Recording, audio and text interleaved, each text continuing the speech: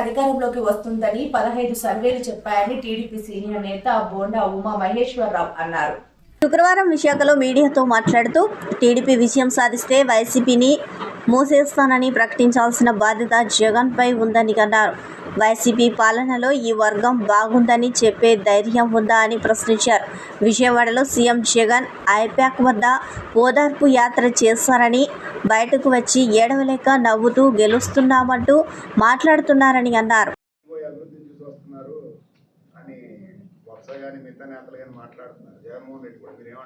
నేనేమంటారంటే ఇప్పుడు బొత్స కానీ జగన్మోహన్ రెడ్డి కానీ ధైర్యంగా చెప్తున్నారు, మేము గెలుస్తాము, లేదంటే మాకు ఓట్లన్నీ పడతాయని. మంచిది, గెలవమనండి, మాకే అభ్యంతరం లేదు. గెలవకపోతే పార్టీ మూసేస్తామని చెప్పమన్నాడు. రెండో ఆప్షన్ కూడా ఉండాలి కదా. ఇది చెప్తున్న వాళ్ళు జరగకపోతే, వాళ్ళు చెప్పింది జరగకపోతే ఏం జరుగుతుంది?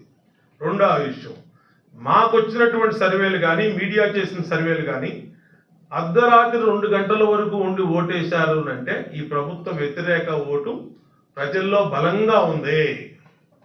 మహిళలు కానీ, మగవాళ్ళు కానీ, చిన్నపిల్లలు కానీ, ఏజ్డ్ పర్సన్స్ కానీ అందరూ కూడా ఇచ్చాపురం నుంచి కుప్పం దాకా ఒకటే నిర్ణయం తీసుకున్నారు.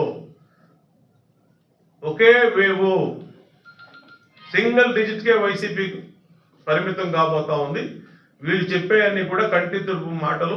వాళ్ళ కిందాక చెప్పారు కానీ మీరు కనీసం బూత్ ఏజెంట్లు కూడా కూర్చోబెట్టుకునే పరిస్థితి లేనటువంటి పరిస్థితుల్లో వాళ్ళన్నా కూర్చోబెట్టుకోవాలి. ఇవన్నీ ఆడతాం.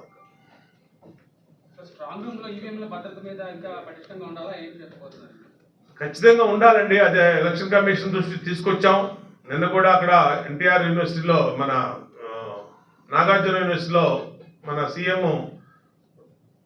సెక్యూరిటీ వాళ్ళు పార్టీ చేసుకోవడం అన్నీ కూడా ఎప్పటికప్పుడు ఎలక్షన్ కమిషన్ దృష్టిలో ఉంది. మాకేంటంటే ప్రజాస్వామ్యం మీద నమ్మకం ఉంది, ఎలక్షన్ కమిషన్ మీద నమ్మకం ఉంది. ఖచ్చితంగా మేమైతే ఎలక్షన్ కమిషను బాధ్యతది. ఈవీఎంలు భద్రంగా చూసుకోవాల్సిన అవసరం. 3 అంచెల భద్రత పెట్టామని చెప్తున్నారు. 3 అంచెల భద్రతలో CCTV సర్వైవల్ కెమెరాలు పెట్టారు.